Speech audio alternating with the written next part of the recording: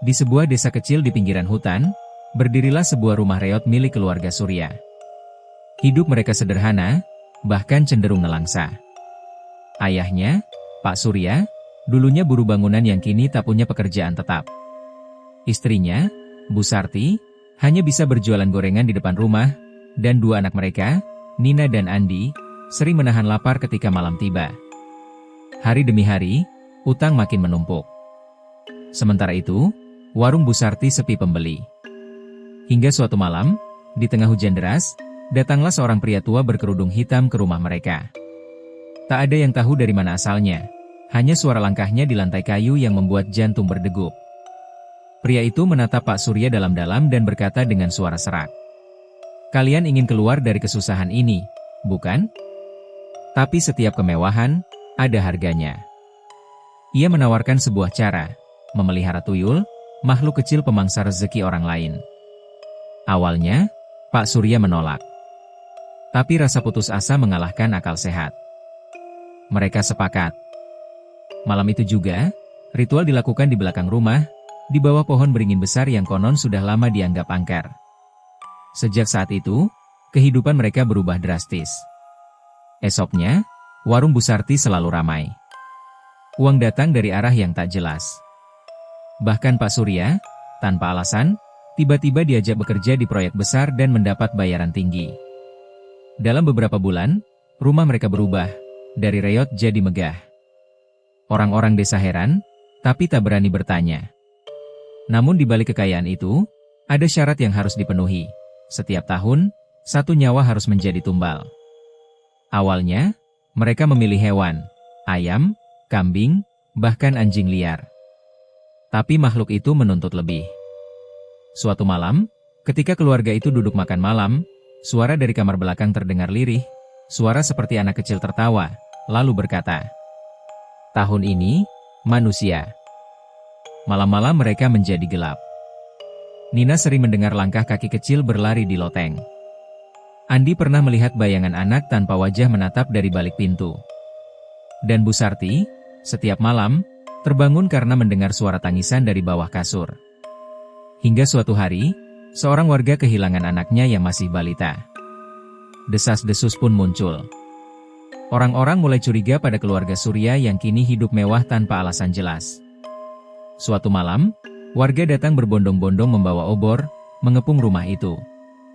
Mereka menuntut penjelasan. Namun sebelum amarah memuncak, datanglah Kiai Mahfud, seorang ulama tua yang dikenal memiliki ilmu tinggi. Ia melarang warga untuk main hakim sendiri. Dengan langkah tenang, Kiai Mahfud masuk ke dalam rumah yang kini gelap gulita. Bau kemenyan dan amis darah memenuhi udara. Di ruang tengah, ia menemukan toples kaca besar berisi rambut, kuku, dan uang lusuh berlumur darah. Dari balik tirai, muncullah makhluk kecil, kepalanya botak, matanya merah menyala, tubuhnya licin seperti bayi yang baru lahir. Ia tertawa kecil, lalu berlari ke arah Kiai Mahfud. Namun sang Kiai membaca ayat-ayat suci dengan suara lantang. Rumah itu berguncang.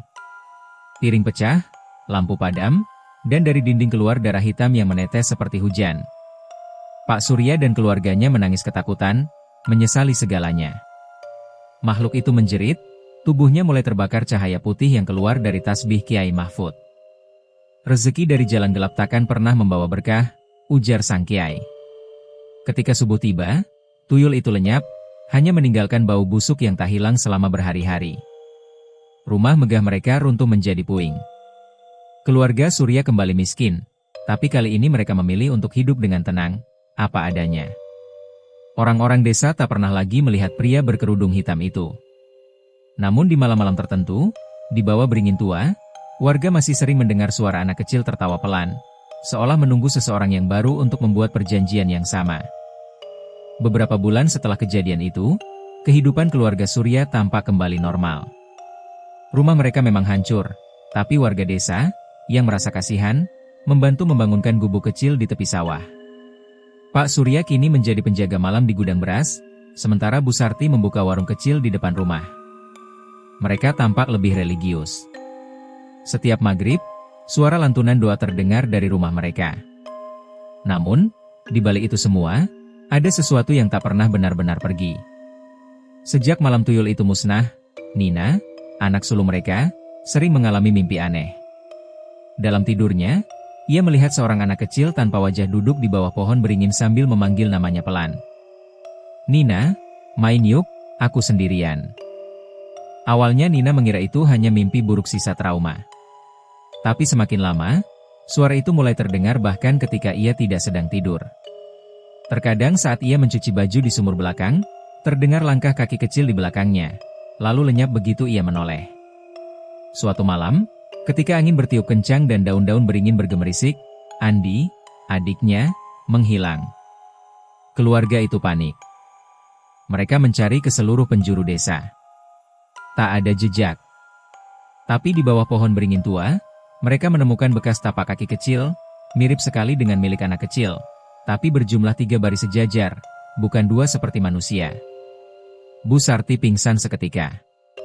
Pak Surya berteriak histeris. Malam itu juga mereka memanggil Kiai Mahfud kembali. Ketika sang Kiai datang, wajahnya muram. Ia tahu sesuatu belum benar-benar selesai. Makhluk itu bukan pergi. Ia hanya kembali ke asalnya. Dan kini, ia menuntut yang terakhir. Kiai Mahfud memerintahkan agar semua warga menjauh dari pohon beringin. Ia membacakan ayat-ayat ruqyah, sementara Pak Surya dan istrinya bersujud menangis. Tiba-tiba, dari kegelapan muncul kabut pekat yang menutupi sekeliling desa. Suara tawa anak kecil bergema di udara, disusul jeritan Andi yang memanggil ibunya.